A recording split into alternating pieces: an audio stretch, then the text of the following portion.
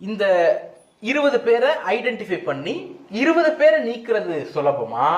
நான் மொத்தமா இன்னைக்கு ராத்திரி 12 மணியோட தமிழ்நாட்டினுடைய தேர்தல் வாக்காளர் பட்டியல் செல்லாது, இட் இஸ் ஃப்ரீஸ்டு, அதை நான் நிறுத்தி வச்சுட்டேன் அப்படின்னு டிக்ளேர் பண்ணிட்டு நீ எல்லாம் வந்து ப்ரூவ் பண்ணுவோம் ஐடென்டிட்டிய அப்படின்னு சொல்றது.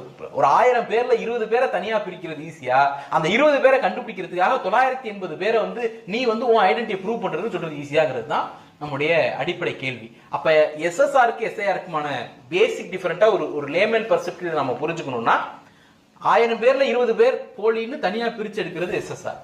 நீ 980 பேர் உன் ஐடென்டிட்டியை ப்ரூவ் பண்ணுன்னு சொல்றதுக்கு பேரு எஸ்ஐஆர்.